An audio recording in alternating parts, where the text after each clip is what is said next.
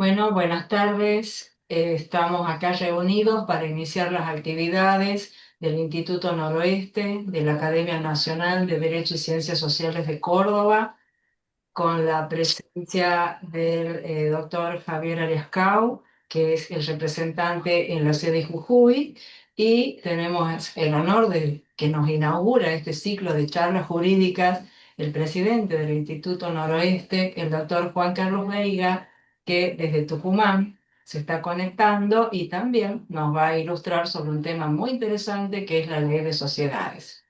Doctor Ariascau, le cedo la palabra para su saludo inicial.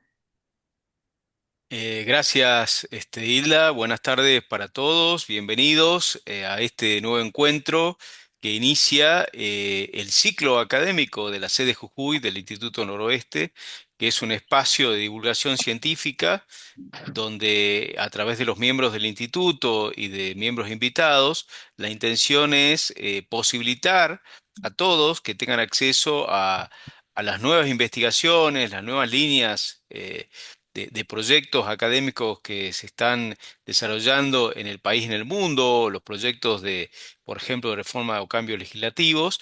Y para mí, como secretario de la sede de Jujuy, es muy importante contar en esta oportunidad con la presencia del doctor Juan Carlos Veiga, quien amablemente nos va a hacer el puntapié inicial del año académico de la sede Jujuy, y por ello también le ofrezco nuestro agradecimiento y le pido unas breves palabras para ustedes también de bienvenida. Muchas gracias. Bueno, gracias Javier, gracias Hilda por la invitación, por la organización de esta jornada, que es, como siempre, fruto del activismo que tiene la sede Jujuy y que hace que el Instituto del Noroeste Argentino de la Academia Nacional de Derecho de Córdoba esté presente en cada uno de los rincones de nuestro norte. Este año, con esta actividad, se inicia formalmente la actividad académica del instituto y seguiremos luego con un programa que está desarrollado para los meses subsiguientes en cada una de las sedes. Así que, bueno, reitero mi gratitud a esta invitación y, como siempre, reconociendo la gran colaboración que tiene la sede Jujuy para con el instituto. Muchas gracias, doctor, por sus palabras. Bueno, iniciamos con el doctor Esteban Javier Ariascau y el tema elegido sobre la ley de alquileres después del decreto de necesidad y urgencia, el DNU 70, que me parece que sigue complicada la interpretación y haciéndonos doler la cabeza, ¿no? Doctor Ariascau. Muchas gracias, Hilda. Bueno, nuevamente bienvenidos. El título de mi breve disertación, teniendo en cuenta el tiempo asignado, originalmente era el contrato de locación y sus elementos en el Código Civil y Comercial luego del DNU 70, el año 2023, pero voy a reducirlo drásticamente a un tema muy concreto, que es cómo queda la integración normativa a partir de la sanción del DNU, específicamente en el ámbito del contrato locativo. Como ustedes saben, mm, la operación económica de otorgamiento del uso y goce de un bien, ya sea mueble o inmueble, en nuestro país, se instrumenta desde el punto de vista técnico-jurídico por intermedio del denominado contrato de locación, y que especialmente en su modalidad inmobiliaria, la regulación locativa ha tenido una fuerte intervención legislativa por parte del Congreso de la Nación, especialmente a partir de la segunda década del siglo XX, y ello con motivo de la fuerte corriente migratoria, en su mayoría europea, que llegó a nuestro país, lo cual tornó, si me permiten, desde el punto de vista económico, una gran demanda de habitaciones, de casas, de departamentos, y una escasez al mismo tiempo de la oferta. Entonces, el legislador argentino comenzó a introducir reglas de limitación de la autonomía privada por intermedio del denominado orden público. A partir entonces de la década del 20 del siglo pasado, se advirtió que la denominada locación inmobiliaria, que tenía evidentemente un relevante impacto social y económico en los diferentes órdenes de la sociedad, sea habitacional, sea que tuviera otro destino, por ejemplo, profesional, empresarial, comercial, cultural, etcétera, eh, implicó la sanción de diversas leyes que tuvieron como finalidad estabilizar los derechos y obligaciones de las partes contractuales, tanto locador como locatario, ya sea mediante la regulación del precio de este uso y goce, por ejemplo, vía congelamiento de alquileres, o bien administrando el plazo contractual con una regulación del plazo mínimo y del plazo máximo y que la práctica, sin embargo, fue muy perniciosa y causó un efecto contrario al originariamente previsto, y para ello basta simplemente recurrir a la profusa y extensa jurisprudencia que comenzó a dictar la Corte Suprema de Justicia de la Nación a partir de esa época. Entonces, como adelanté, simplemente me voy a reducir a tratar de mencionar cuál fue el impacto que tuvo el DNU a través de la regulación del contrato originalmente sancionado en el Código Civil Comercial desde el año 2015 hasta la fecha. Entonces, si bien en materia de unificación civil y comercial, el Código Civil y Comercial del año 2015 aquietó un poco las aguas de la comunidad jurídica porque introdujo mejoras notables en materia del método, como por ejemplo en la regulación de contratos de fondo, caso del contrato de locación, porque receptó normas tuitivas a favor del locatario y que habían sido ya desarrolladas por el régimen derogado. Recordemos, por ejemplo, la Ley de Locaciones Urbanas 23091, que si bien fue una normativa emergencial, introdujo reglas que luego se sustentaron en el tiempo y demostraron ser muy favorables para el locatario. Bueno, el Código Civil y Comercial toma esta impronta, toma esta regulación, pero al mismo tiempo le brinda un marco razonable de regulación en el Código Civil y Comercial. Al mismo tiempo, no debemos olvidar que también se incorpora la regulación específica del contrato de consumo a partir del artículo 1093 y siguientes, lo cual es una novedad metodológica muy importante para el derecho normativo específicamente latinoamericano. Este tránsito del 2015 hasta el 2020 fue relativamente tranquilo. Como sabemos, sin embargo, a partir de la pandemia mundial del COVID-19, el Congreso Nacional introdujo una reforma sustancial al régimen del contrato de locación vía Ley 27.551, denominada coloquialmente como Ley de Alquileres, en la cual las normas eran muy rígidas en orden a la actualización del precio del alquiler y en cuanto a la extensión de los plazos. Pero a diferencia de otras normas emergenciales, no tenía una vocación temporal restringida, sino por el contrario, se mantuvo en el tiempo. Este cambio normativo dentro de un proceso de crisis originó, una vez concluida la emergencia sanitaria, diversos problemas en orden al mercado locativo en su modalidad inmobiliaria, lo que prácticamente ocasionó se paralizara el mercado o bien se buscaron soluciones alternativas por medio de las locaciones a través de plataformas, por ejemplo, Airbnb. En efecto, entonces, la decisión legislativa dentro de un contexto emergencial del año 2020, con el agregado dentro de un contexto también de alta inflación y de escasa oferta, en vez de propiciar la autocomposición de las partes del contrato, locador y locatario, causó el efecto contrario, que fue que los locadores retiraran prácticamente la totalidad de los inmuebles del mercado. Ante las críticas de la doctrina y luego también un debate, si se me permite la expresión, contaminado por la economía del país, se persistió en el error, remitiéndose un nuevo proyecto que se materializó luego en la sanción de la ley 27.737 en el año 2023, aunque duró poco tiempo porque tuvimos el proceso electoral y la asunción de una nueva administración. Es así que la nueva administración que asume el Poder Ejecutivo en el año 2023, en el mes de diciembre, dicta al poco de su ingreso el denominado DNU 70 eh, 2023, que hoy continúa vigente, que introdujo cambios profundos en el ordenamiento jurídico en general, pero sustanciales con respecto al contrato de locación y que adelantamos implican volver a los fundamentos de lo que fuera el anteproyecto de Código Civil y Comercial del año 2015, aunque también vale decir con otros agregados que no son tan favorables para el locatario. Entonces, brevemente, tenemos tres grandes hitos: la sanción del Código Civil y Comercial, que unifica, como veremos enseguida, el método de la locación, eh, suprime o deroga la Ley 23091 de locaciones urbanas.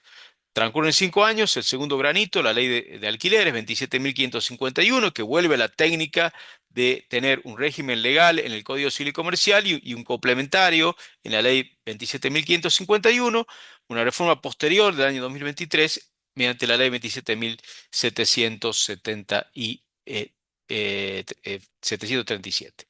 Bueno, ¿cuál fue el método? Básicamente, en materia de contrato de locación, a partir del 1187 al 1122, el legislador originario del Código Civil y Comercial reguló en 7 secciones las disposiciones generales, el objeto y destino, el tiempo de la locación, los efectos de la locación, la cesión y sublocación, etc.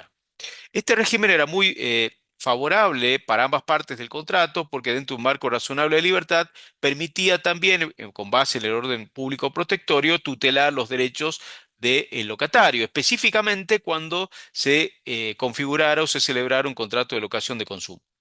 Bueno, en el año entonces 2020, en el marco de la pandemia, se dictó la ley 27.551, que tuvo como objeto introducir reformas directas en la regulación del contrato locativo, del Código Civil Comercial, e indirectas. De modo directo, mediante la técnica de la modificación por sustitución de varias reglas, y de modo indirecto, mediante una regulación complementaria y paralela, incorporando reglas jurídicas con sustento, por ejemplo, en la economía social o bien de naturaleza programática. Recordemos que esta ley tenía el Programa Nacional de Alquiler Social. En lo que a nosotros nos importa, se modificaron 8 reglas de la regulación original del Código Civil y Comercial. En el título primero, reformas al Código, por ejemplo, en 1196, locación habitacional; 1198, plazo mínimo de la locación de inmuebles; 1199, excepciones al plazo mínimo legal, entre otros. Asimismo, esta ley 27.551 incorpora dos nuevos artículos al texto original, que fueron el 1204 bis, que habilitaba la compensación de créditos y deudas entre locador y locatario, y el 1221 bis, que permitía ordenar el procedimiento de renovación del contrato a través de un mecanismo legal. El tercer hito fue la reforma de la Ley 27.737, que ya adelanté, del año 2023, mediante el cual el Congreso nuevamente, mediante la técnica por modificación de sustitución, reforma 4 normas: el 1198 en materia de plazo mínimo de la locación inmobiliaria; el 1199 en materia de excepciones al plazo mínimo legal; el 1201 relativo a la conservación de la cosa con aptitud para el uso convenido; y finalmente el 1221, resolución anticipada. Pero también, como se mantenía vigente entonces este régimen complementario de la ley de alquileres 27.551, reforma esta ley 27.551 en los artículos 14, ajustes del precio; artículo 14 bis, publicidad; y incorporó el inciso K al artículo 19, relativo a la publicación de estadísticas. Así las cosas, llegamos entonces al mes de diciembre del año 2023, en la cual se dicta el DNU 70. Una digresión: la técnica legislativa utilizada por el Poder Ejecutivo al modificar el contrato de locación originario, primero y luego a través del Congreso, que se conoce en la técnica legislativa como modificación por sustitución, en principio no es incorrecta siempre que se tenga en cuenta que la modificación total o parcial de reglas del Código Civil y Comercial mediante leyes específicas, como fueron, por ejemplo, la Ley 27.551 de alquileres, puede tener consecuencias no previstas al momento de su sanción y que luego pueden darse más adelante en el transcurso del tiempo. Así, por ejemplo, en la hipótesis de la derogación total de una ley que modifica varios artículos originales mediante la técnica de la sustitución, conlleva que no hay renacimiento del texto original ante la derogación lisillana de una nueva ley o de una derogación posterior. Me explico, y esto va a ser muy sencillo. El DNU 70 2023, en una de sus reglas, deroga directamente la ley de alquileres 27.551. Ahora, esta ley 27.551, a su vez, había modificado, por derogación, reglas del Código Civil y Comercial original. Por lo tanto, si el DNU deroga la ley 27.551, el texto normativo queda sin texto alguno. Mejor dicho, la regla jurídica queda huérfana de toda regulación porque no hay renacimiento del texto original o, como se dice, mejor dicho, en la técnica legislativa, reviviscencia de la ley anterior derogada. Es decir, que si tenemos un texto del Código Civil y Comercial que fue derogado por una ley posterior, si viene una ley posterior o un decreto que deroga esta ley intermedia, no renace el texto del Código Civil original. Y aquí viene el problema, porque el DNU 70 deroga totalmente la ley 27.551, al mismo tiempo sustituye algunas normas, por ejemplo, el artículo 765 en materia de obligaciones de dar suma de dinero, y en materia de locación específicamente el 1196, el 1198, el 1199, 1220, 1221. Pero al mismo tiempo deroga también artículos que estaban o habían sido introducidos por la ley derogada 27.551. Por ejemplo, el 1204 bis y el 1221 bis. Entonces, aquí tenemos un problema, porque si vamos, por ejemplo, al artículo 1221 bis o 1204 bis, dice derogado por el DNU 70, no tiene texto, pero los artículos que habían sido modificados por la ley 27.551, que fueron derogados por el DNU 70, tampoco tienen texto. Y entonces, ¿qué ocurre? Quedan como normas vacías, quedan como reglas sin texto alguno. Y esto es un problema, doble problema. Por un lado, por la elegancia de una ley. Es muy feo leer una ley 1201 derogado por el DNU 70 y no tiene texto alguno. Es decir, tenemos un artículo sin texto. Y esto trae muchos problemas que en la práctica es muy difícil de disolución. Simplemente voy a mencionar algunos de ellos. Por ejemplo, si vamos al plazo locativo, nosotros habíamos estudiado y ya venía siendo propiciado básicamente por la doctrina, que había un plazo en materia de locación inmobiliaria, un plazo mínimo de 2 años, con un plazo máximo de 50 años para cuando fuera a otros destinos o de 20 de locación habitacional. Si me restringo a la locación habitacional, el plazo original del Código Civil y Comercial era de 2 años plazo mínimo y de 20 años el plazo máximo. La ley de alquileres eleva el plazo mínimo de 2 a 3 años y mantiene el plazo máximo. Hoy, sin embargo, el DNU 70 tiene un texto en el artículo 1198 que dice así: plazo mínimo de la locación de inmueble. El plazo de las locaciones con cualquier destino será el que las partes hayan establecido. Es decir, que deja completa libertad a las partes, cualquiera sea el tipo de locación, sea habitacional, sea de otros destinos, sea de cosa mueble, sea de inmueble, sea de cosa mueble registrable o no registrable. En los hechos, el plazo mínimo ha dejado de existir.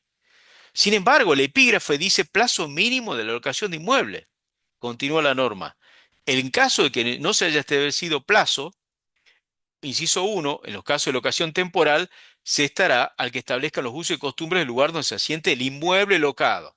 Es decir, que puede haber una locación temporal en materia inmobiliaria que dependerá del uso y costumbre del lugar. Se vuelve a la vieja solución de la Ley de Locaciones Urbanas, la 23091, en materia de locaciones temporales, que recordemos tenía un plazo máximo, mejor dicho, de 3 meses. Si excedía los 3 meses, se consideraba que no era una locación temporal, sino que era una locación con destino a vivienda y se aplicable entonces el orden público protectorio de 2 años. Eh, el segundo inciso dice, en los contratos de locación con destino a vivienda permanente, con o sin muebles, será de 2 años. Esta es una buena solución, porque la ley de alquileres, al elevar de 2 a 3 años, demostró en la práctica que no había locadores interesados en que un inmueble se mantuviera tanto tiempo inmovilizado con un solo locatario, por un plazo mínimo de 3 años. Distinto es que el locador pactara en el libre acuerdo de partes, por ejemplo, un plazo máximo de 5 años, pero ahí era el libre juego de la oferta y la demanda, de la autonomía contractual, donde las partes decidían ir más allá del plazo mínimo. Aquí el legislador le imponía un plazo mínimo de 3 años, por eso en los hechos se secó la plaza locativa. Vale un solo dato práctico, por ejemplo, a partir del NEU 70 se incrementó un 200% la oferta de inmuebles con destino a vivienda. Antes era prácticamente cero. Es decir, que existe una práctica o un uso costumbre del locador argentino de tener un plazo de 2 años como plazo mínimo y luego jugar con el plazo máximo. Sigue diciendo el 1198, inciso 3. Para los restantes destinos será de 3 años. Entonces, se vuelve a la vieja solución de la ley de locaciones urbanas que establecía o distinguía un plazo mínimo locativo según que el destino fuera inmobiliario con vivienda permanente o fuera comercial, industrial o cultural o empresarial. En los hechos hoy, el DNU 70, recordemos también que tiene un rechazo ya de la Cámara de Senadores, por lo tanto, su vigencia está pendiente de que el Congreso de la Nación no lo derogue, o que no lo rechace, mejor dicho, porque si lo rechaza, al tratarse de un régimen de necesidad de urgencia, que después podemos discutir si había o no necesidad de urgencia, lo cierto es que está pendiendo de un hilo. Por lo tanto, no es bueno que en orden a la seguridad jurídica que un régimen tan relevante como el contrato de locación y los plazos se mantenga pendiente de un hilo, que es una sesión especial en la Cámara de Diputados, y lo deje sin efecto. Por razones de tiempo no voy a desarrollar la prestación dineraria, simplemente voy a dejar planteado de que el DNU 70 también reforma los artículos 765 y 766, algo que muchos no han tomado aún hoy en cuenta, en el sentido de que hoy en los hechos, no solo en el contrato de locación en particular, sino en el régimen contractual en general, las obligaciones de dar suma de dinero están autorizadas o facultadas para ser pactadas en moneda que no sea de curso legal. Es decir, que cuando veo en la televisión que tenemos que ir a un régimen bimonetario, que se necesita dictar una ley parecida a la ley de convertibilidad del austral, que facilite la posibilidad de que las partes pacten contratos en moneda que no sea de curso legal, conviene recordar que a partir de diciembre del año 2023, la bimonetariedad o cualquier otro tipo de moneda que no fuera de curso legal está expresamente autorizada. Se les leo básicamente el 765 en el texto del DNU 70. La obligación es dar dinero si el deudor debe cierta cantidad de moneda determinada o determinable al momento de constitución de la obligación, sea o no de curso legal en el país. Es decir, que hoy cualquier contrato, contrato de mutuo, contrato de depósito, puede ser celebrado en moneda que no sea el peso, sino puede ser el dólar o puede ser el euro. Y agrega, el deudor solo se libera si entrega las cantidades comprometidas en la moneda pactada. Los jueces no pueden modificar la forma de pago o la moneda pactada por las partes.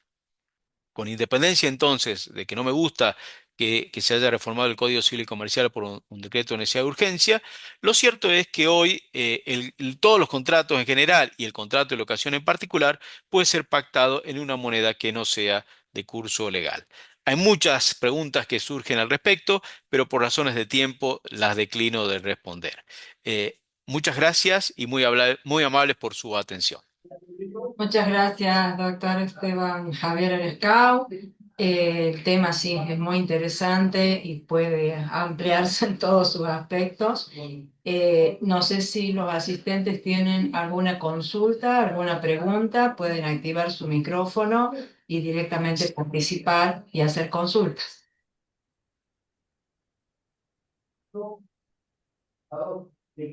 Bueno, parece que no.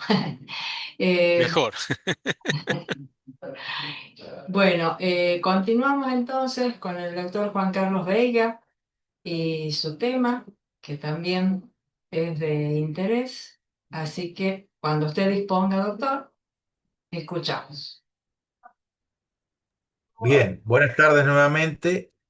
Reitero mi agradecimiento por esta invitación y bueno, lo que voy a tratar de conversar esta tarde con ustedes es cuál es la situación actual de la Ley General de Sociedades de cara a lo que se discute en la doctrina nacional sobre la conveniencia o necesidad de una reforma de la Ley de Sociedades.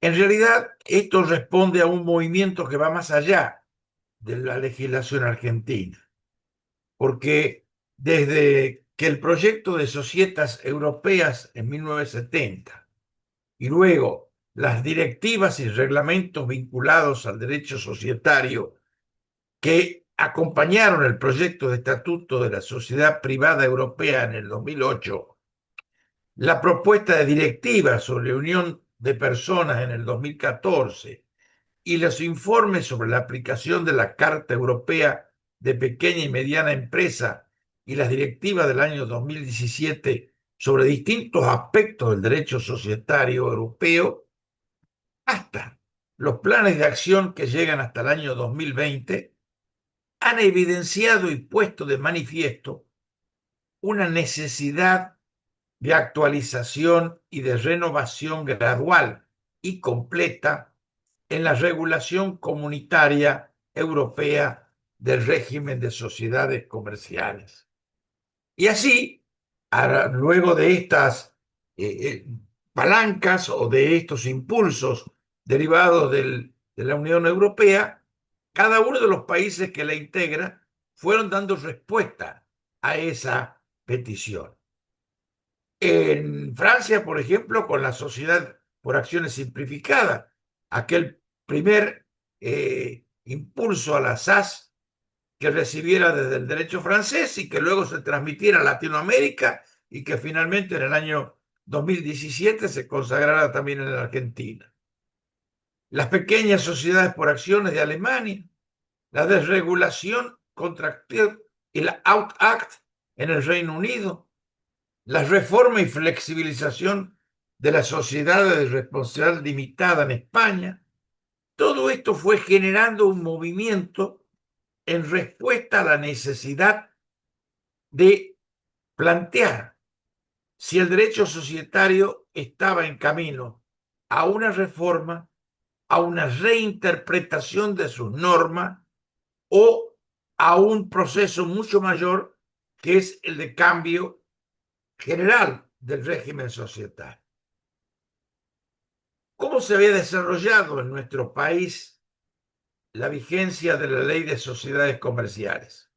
A partir de la sanción de la 19550 en el año 1972, que debemos recordar estaba en ese momento ya fuertemente influenciada por la entonces novísima legislación francesa de fines de la década de los 60 y comienzos de los 70, y que también lo dice expresamente la exposición de motivos, argumentando que era necesaria tener en cuenta los intereses generales de una sociedad por sobre los intereses individuales de los socios.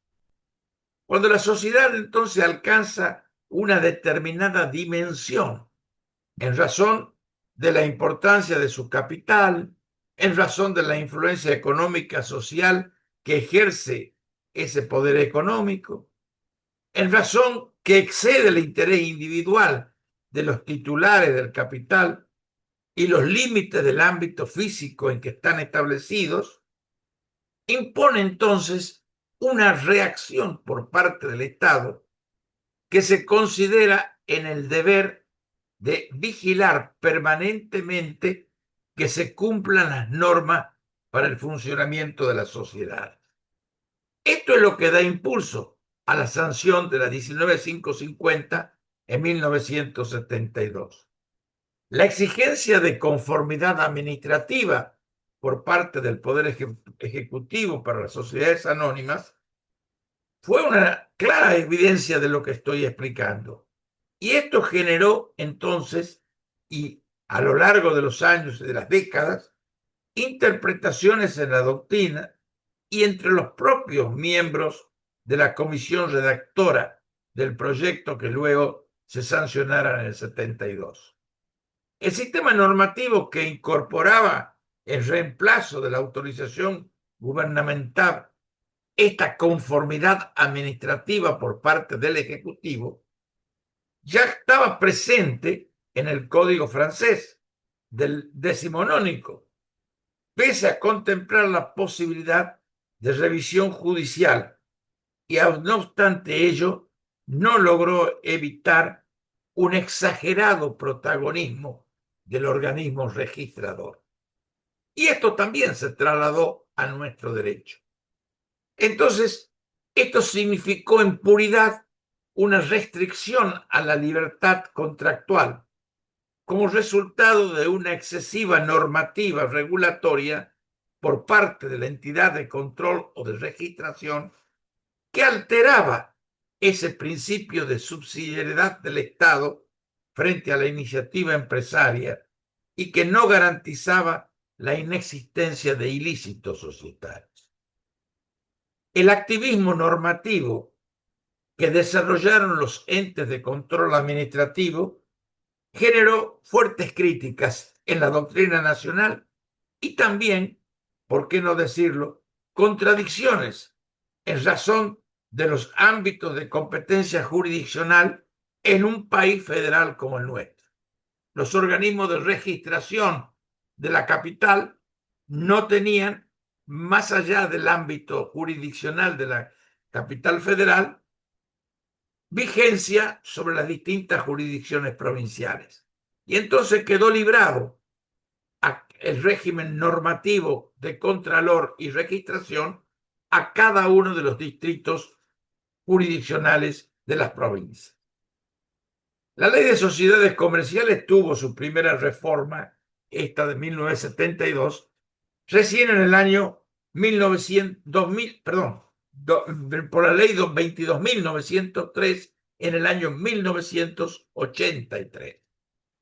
Y esto significó un decidido avance en orden a las formas y también a las regulaciones, porque la primera reforma que tiene la ley de sociedades en el año 1983 simplificó los sistemas de reorganización societaria, simplificó los procesos de fusión y de escisión, modernizó y flexibilizó el tipo de responsabilidad limitada, sustancialmente en las sociedades anónimas, con cambios en los órganos de administración y de fiscalización. Recordemos, por ejemplo, que la sindicatura en las sociedades anónimas, que la ley del año 1972, la original 19.550, imponía con carácter obligatorio, en la reforma de la 22.903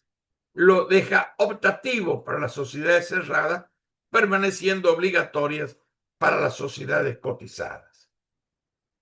Todos estos cambios, sin embargo, no significaron sustraer del control permanente del Estado y de la registración las normas que se habían sancionado de acuerdo a la ley de 19.550 de 1972. Esta reforma importante de la ley 22.903, que incorpora a la ley de sociedades los contratos de colaboración empresaria bajo diferentes formas, como herramienta también al alcance del empresario para actuar de una manera más ágil y sin necesidad de un excesivo control administrativo, encuentra también una fuerte crítica o una corriente doctrinaria fuertemente opositora en la doctrina nacional.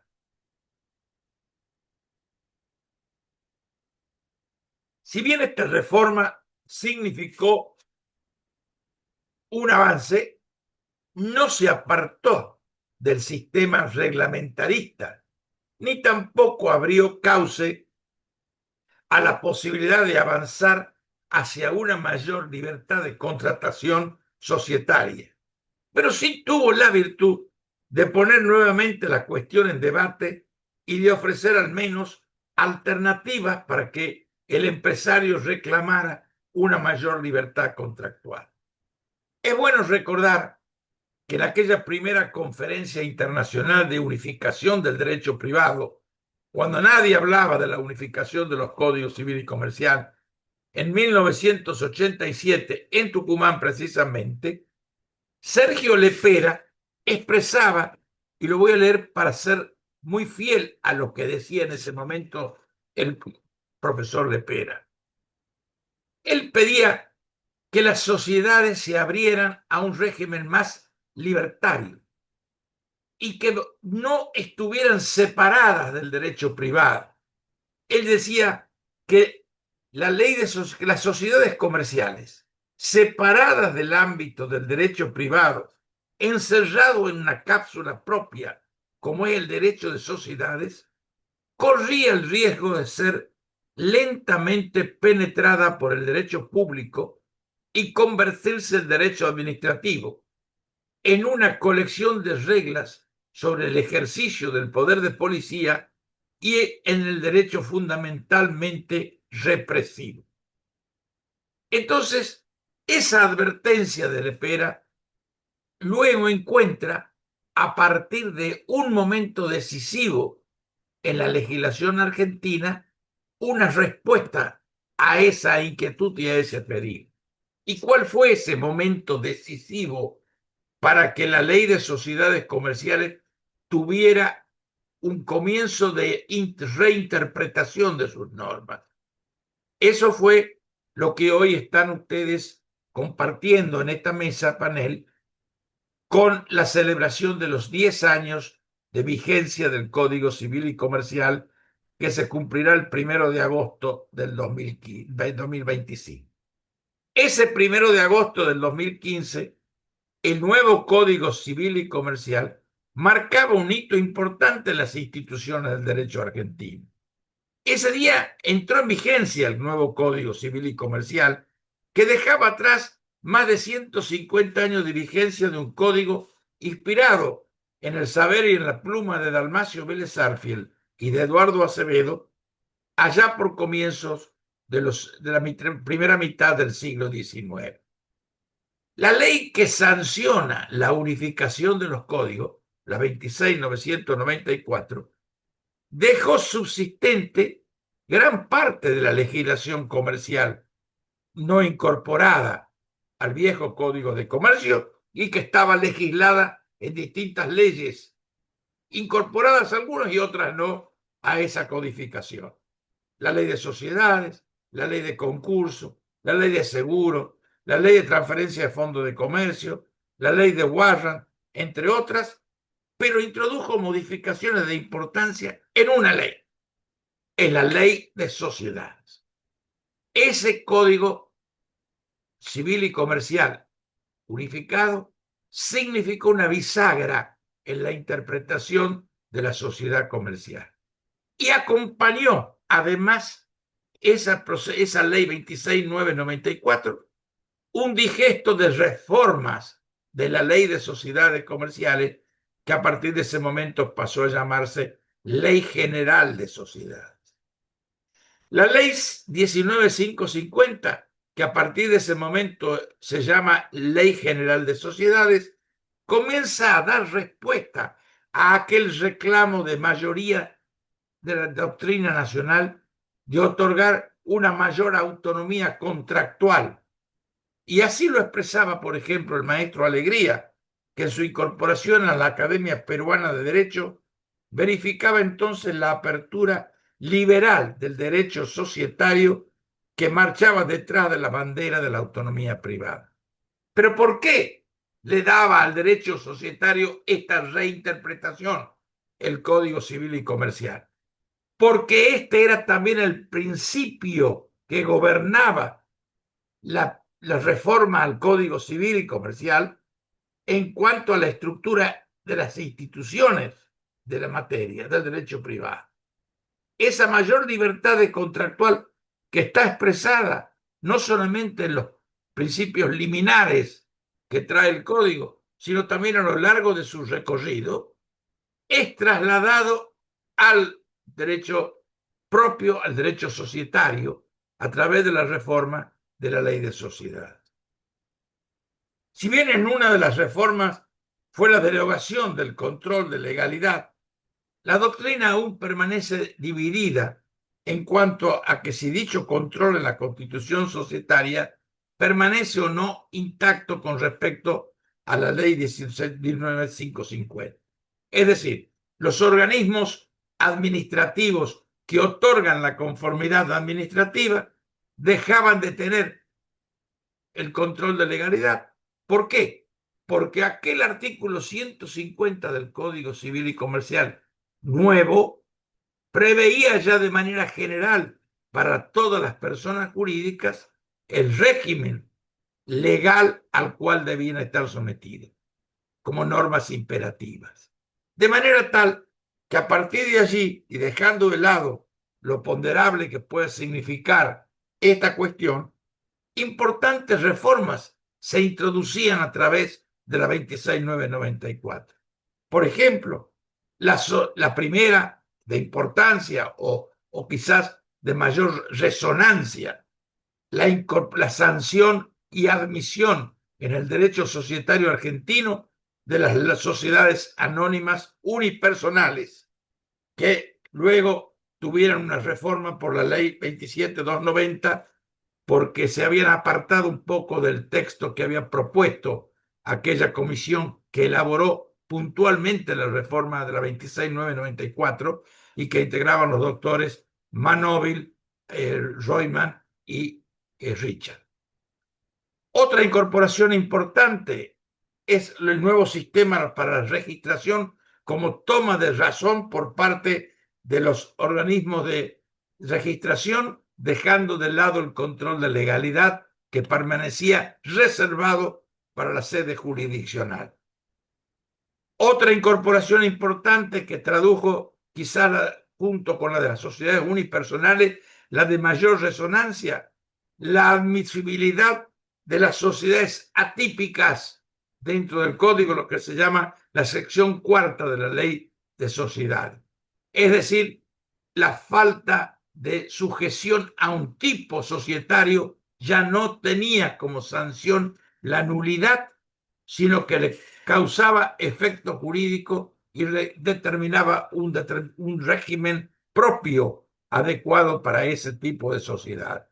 Solucionaba una enorme cantidad de problemas que habían generado las sociedades de hecho, las más comunes, por otra parte, las sin tipo societario propio, sin renunciar a la ley, por supuesto, al principio de tipicidad como una característica de la ley, pero dejando vivas, dejando con vida a las sociedades no tipificadas, ¿no es cierto?, que allá tenían por la 19550 la pesada sanción de su nulidad. La persona jurídica, y esto está expresamente dicho en el 142 del Código Civil, entraba entonces la sociedad dentro de ese régimen general de la persona jurídica. Y la persona jurídica nace con el acto constitutivo, ya no con la voluntad del conformidad del poder administrador, no ya con la voluntad del gobernante del Estado que otorgaba esa factibilidad del nacimiento de la personalidad jurídica, sino que se reservaba esa creación para la voluntad societaria. Y esto es el gran mérito que tiene el Código Civil y Comercial Unificado como respuesta al pedido de mayor libertad contractual que desde la doctrina nacional comercialista y particularmente la societaria venía desde hace muchos años reclamando. Darle esta mayor libertad, este mayor alcance a la autonomía de la voluntad. Otro cambio importante fue las sociedades entre cónyuges, prohibidas en el régimen de la 19550 y acá con libertad de contratación, cualquiera sea el tipo societario, mientras que dentro de la 19550 estaban limitadas a un solo tipo societario. Otro caso fue el de las sociedades por acciones con libertad asociativa.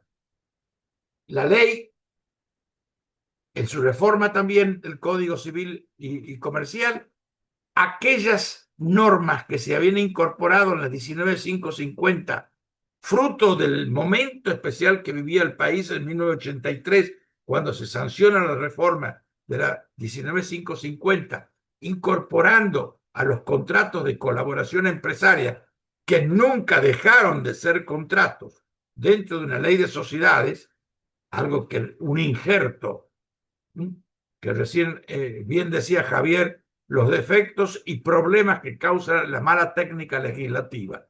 Esto sí, en este caso, lo teníamos también como un protagonismo.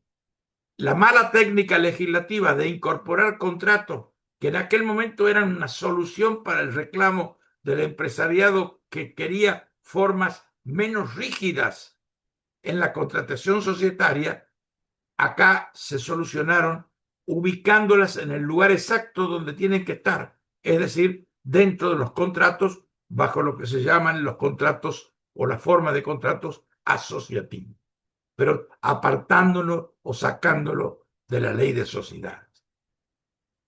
La posibilidad de constituir sociedades con limitación de responsabilidad, como sociedades unipersonales, establecer que las sociedades sean o no tipificadas son personas jurídicas de carácter privado, que tienen estas sociedades atributos de la personalidad, nombre, domicilio, patrimonio, objeto, se manifiestan como sujetos distintos de sus integrantes, admiten una identificación esencial entre la sociedad y la relación de ellos y la persona jurídica que han constituido.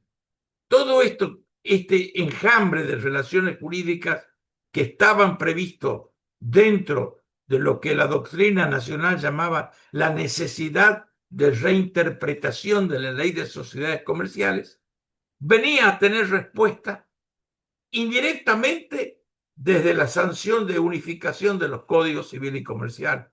Y es por ello que esta celebración de los 10 años de vigencia del código como una gran respuesta a este pedido de la doctrina nacional societaria sobre la necesidad de otro enfoque, de otra interpretación, siguiendo lo que desde el año 1970 se venía generando desde la Comunidad Europea en el derecho societario continental europeo. El nuevo marco legislativo, entonces, ha llevado a sectores de la doctrina a denominar que estamos en presencia nada más y nada menos que de nuevos paradigmas del derecho societario. Lo cierto es que sin dejar de lado los controles de constitución de sociedad, se mira a la sociedad ahora como un recurso técnico, como lo que es una herramienta, un recurso técnico que favorece al crecimiento y desarrollo de la economía de un país. Los organismos de control permanecen intactos para las sociedades en razón de que su objeto o capital en oferta pública están comprometidos con la necesidad de supervisión y fiscalización estatal.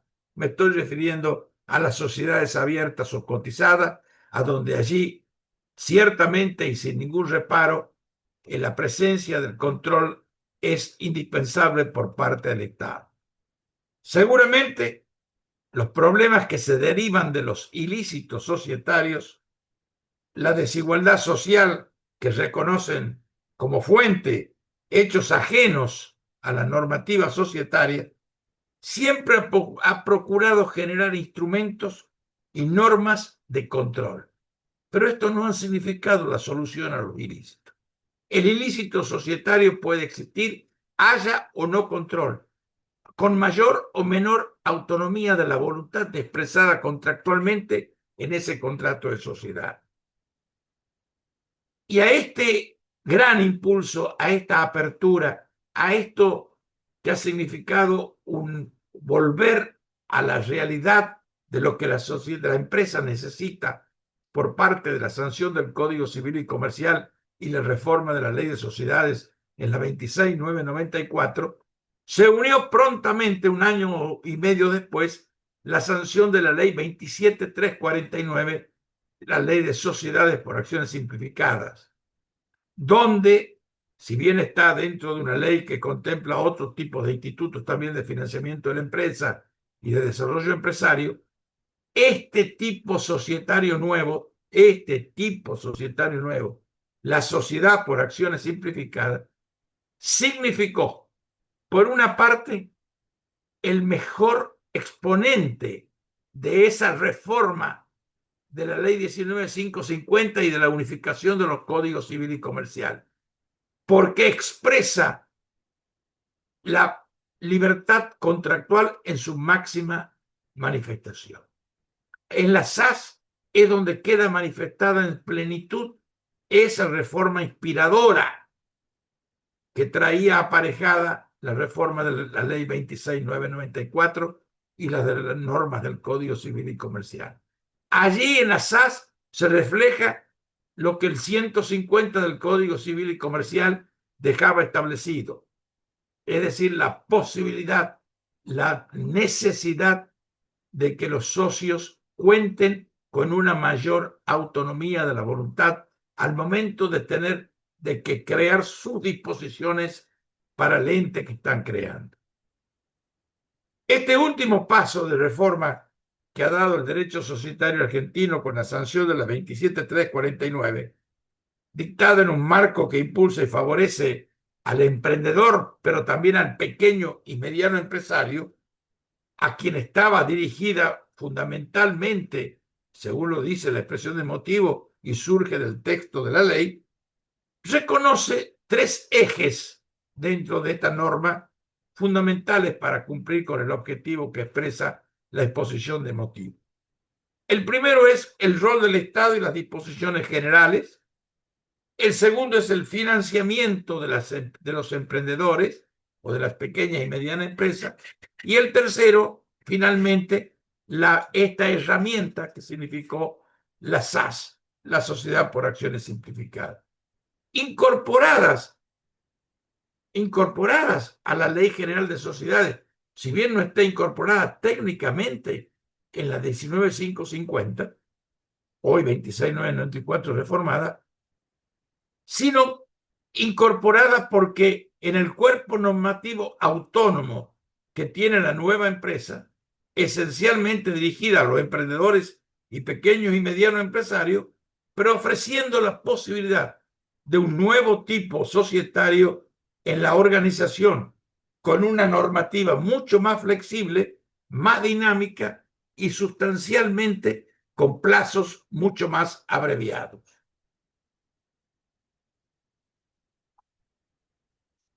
El legislador, por cierto, tuvo como objetivos abaratar el costo de constitución de la sociedad, un procedimiento con mayor rapidez de inscripción. Tengamos en cuenta que la ley contempla un procedimiento de inscripción instantáneo. En el día, dentro de los 3 días, dentro de las 72 horas debe estar inscrita la sociedad. Dentro de las 24 horas debe tener otorgado el quit. Dentro de las 24 horas debe tener, posteriores al quit, debe tener abierta su cuenta bancaria. De manera tal que ha dado normas realmente agilizadoras y de mayor flexibilidad para la constitución de estas personas jurídicas. Este tipo de sociedades que reconoce un gran desarrollo, había citado al comienzo de mi exposición el precedente del derecho francés como impulsor de la sociedad por acciones simplificadas.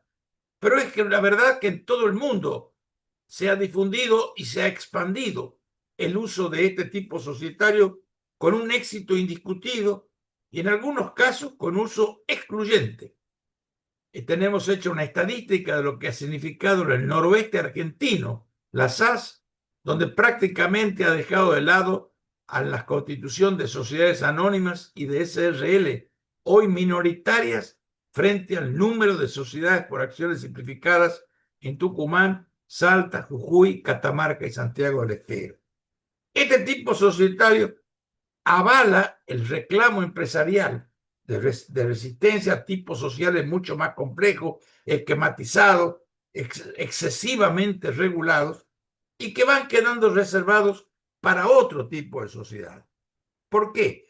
Porque en nuestra sociedad, por nuestro régimen, al tener vigencia la 19550 durante estos casi 50, más de 50 años, el tipo societario de la anónima o de la SRL eran las dos alternativas para el pequeño y mediano empresario.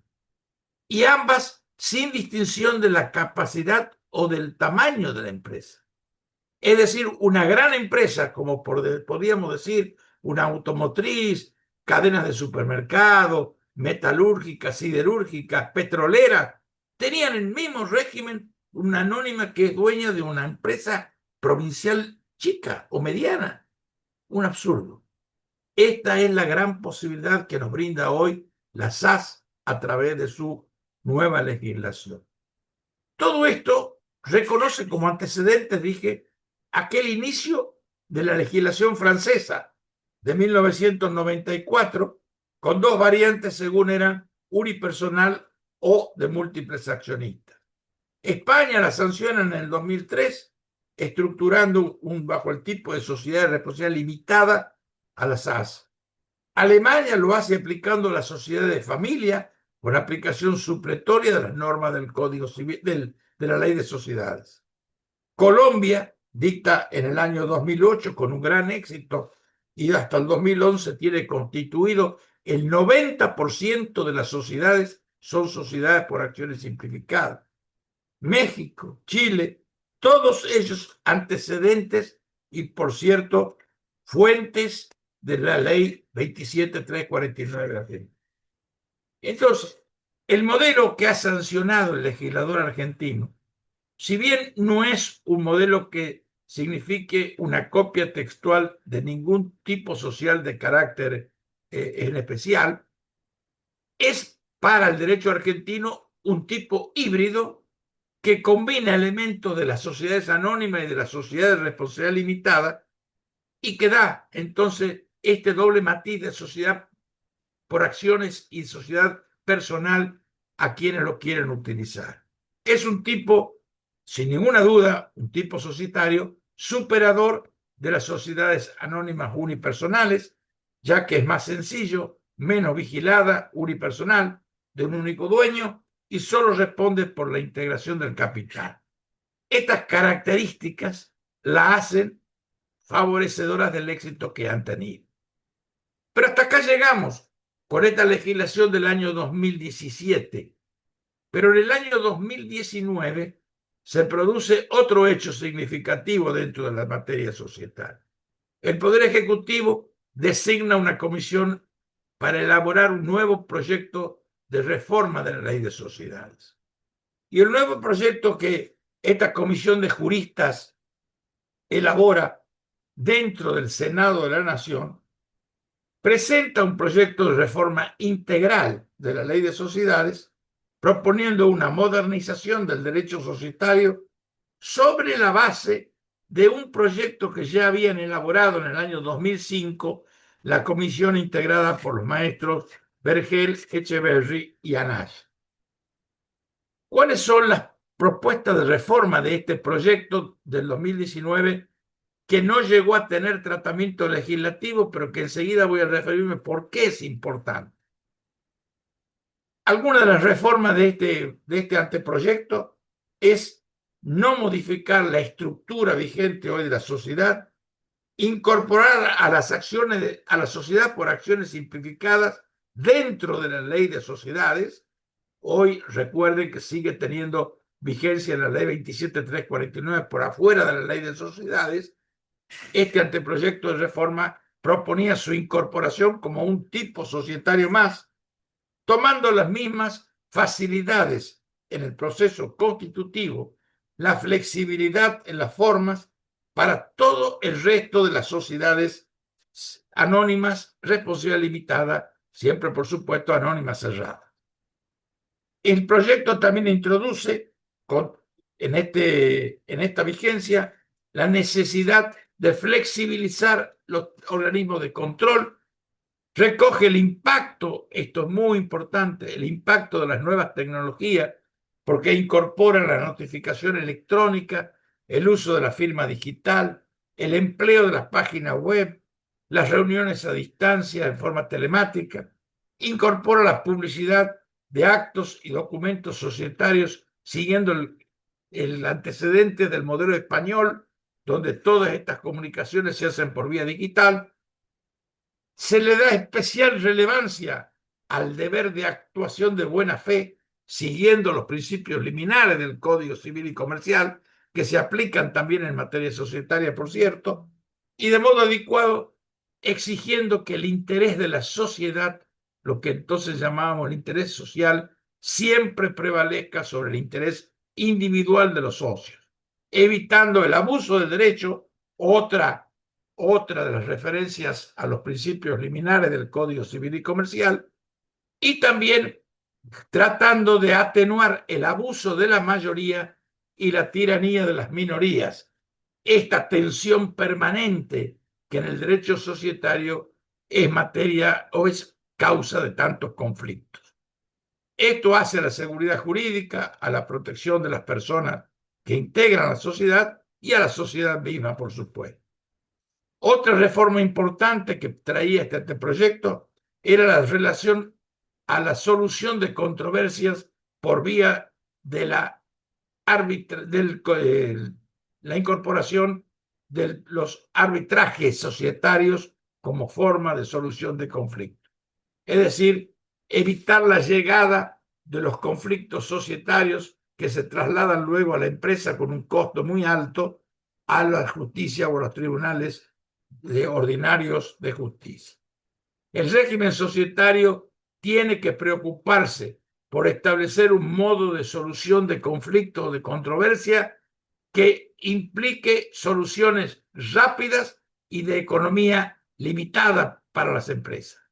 No puede tener una empresa un juicio de societario de 10, 15 años, 8 años, porque esto perjudica enormemente a los intereses de la empresa, además del interés que pueda perjudicar a los socios. En orden a la organización societaria, incluía este proyecto también la posibilidad de la escisión y con reserva de la sociedad por ser propia.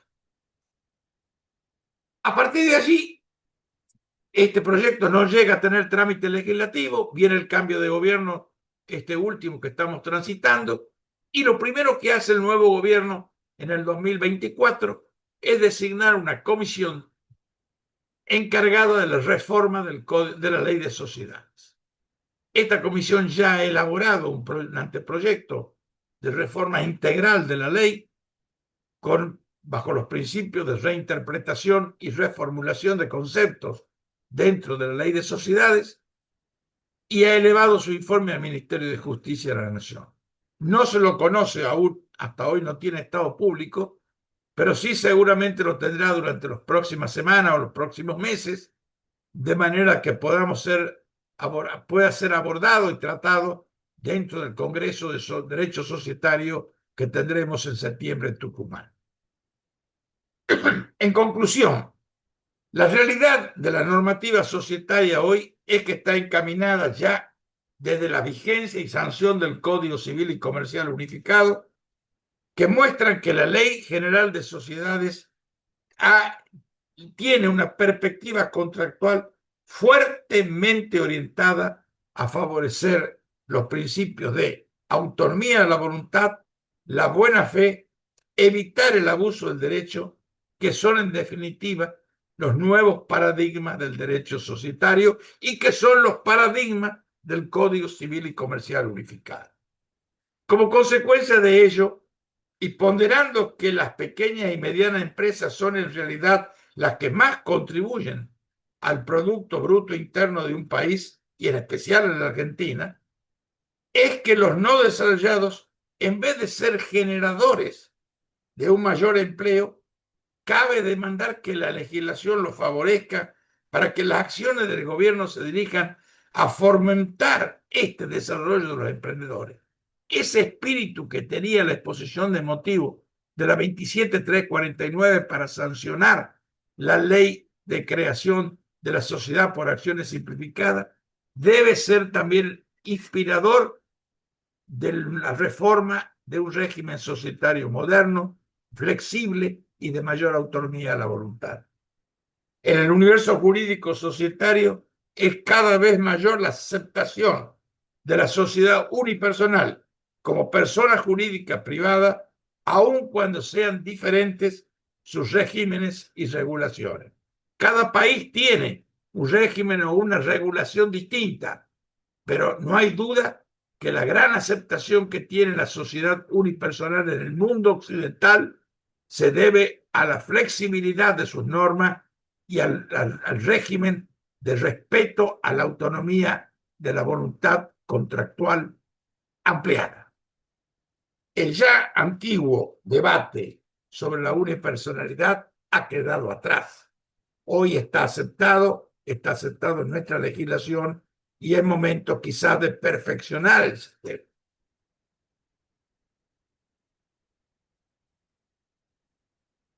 Bien, las reformas que en el derecho argentino han causado un verdadero cambio de paradigmas siguen la evolución del derecho comparado, siguen el reclamo de una gran parte de la doctrina nacional y no estamos ciertamente en presencia de retoques, sino que es una transformación radical de la estructura legal vigente. Por eso hablo de la necesidad de la reforma de la ley. La tecnología, los circuitos digitales, las nuevas formas de expresión y de registración de datos han incorporado novedades muy importantes que las normas del derecho deben acompañar para que el desarrollo de la empresa sea acompañada también por una regulación acorde a los tiempos en que vivimos, a las nuevas formas de realizar los negocios. Hoy negocios de un tamaño, de una importancia, de un volumen sideral, se realizan digitalmente. Entonces la ley debe contemplar esa realidad. El desafío entonces, ¿cuál es? Es continuar con la evolución que ha tenido la iniciativa del Código Civil y Comercial Unificado, valorar el ingreso de las SAS al sistema societario, abogar para que el proyecto de una nueva ley incorpore aquellas que, además de ser una sociedad de emprendedores como es la destinada por la 27349, pueda ser también la que requiere la empresa familiar. Gran cantidad de sociedades en nuestro país y en nuestras provincias son de propiedad de la familia. Son en verdad empresas familiares que no tienen un tipo societario propio ni un régimen legislativo propio y se encuentran muchas veces ante sistemas absolutamente inaplicables a la realidad de una empresa de familia. Vale la pena entonces decir con énfasis que la necesidad de agilización y de flexibilidad no deben constituir un incentivo restrictivo, sino que peligroso, sino que al contrario, el camino de la libertad en el diseño del estatuto evita la globalización imperativa de la autonomía de la voluntad. Debemos avanzar la difícil tarea de conciliar una ley de corte imperativo, como es la 19550, regulatoria de tipo societario con poco margen para la libertad contractual, con una ley que hoy exige el mundo, que hoy exige los tiempos, una ley flexible que predomine la subsidiariedad de las normas junto a una mayor libertad para las partes para autorregularse. Este desafío incluye también la necesidad de reflexionar y de dejar planteadas las dudas que la nueva normativa y reglamentación pueda generar. Porque en definitiva, de eso se trata el derecho. Esto es cuáles son los debates que debemos dar, cuáles son las dudas, cuáles son las distintas posiciones doctrinarias en las cuales debe primar un concepto o una teoría. Siempre bajo el régimen de libertad, bajo responsabilidad. Esa frase que acuñó el maestro Richard y que es para nosotros una guía y una orientación. Nosotros podemos y corresponde entonces exigir que se proteja desde la libertad de contratación, se proteja evitar una anarquía, sin que la regulación signifique matar la innovación, matar la creación, desvirtuar el principio de la libertad contractual. Tiene que haber una regulación, tiene que haber una regulación, pero respetando la libertad contractual para los socios. Siempre con los límites que vienen del Código Civil y Comercial y que por eso valoramos a 10 años de su vigencia lo que significó en la legislación argentina. ¿Cuáles son esos principios? No perjudicar a terceros, evitar el abuso del derecho, no sancionar las normas que van en contra de la moral y las buenas costumbres, respetar el orden público como imperativo y, en definitiva, ese principio elemental que es el principio de la buena fe. La buena fe presente en el contrato, la buena fe presente en las relaciones de los socios, la buena fe en los actos societarios garantizan su legalidad. Este es el objetivo, este es hacia dónde debe ir un procedimiento o un proceso de reforma de la ley de sociedades. Nosotros tenemos un listado de temas en los cuales hoy la doctrina reclama reajustar, reinterpretar, modernizar el régimen societario argentino. Estoy seguro que a partir del Congreso de septiembre en Tucumán estarán dado el impulso necesario que surge de los debates, que surge de las opiniones de la doctrina y que en definitiva hacen, como ha pasado siempre, que sean los fundamentos de las reformas en el régimen societario argentino. Nada más y muchas gracias por el tiempo que me han dispensado y quedo a disposición si quieren realizar alguna pregunta.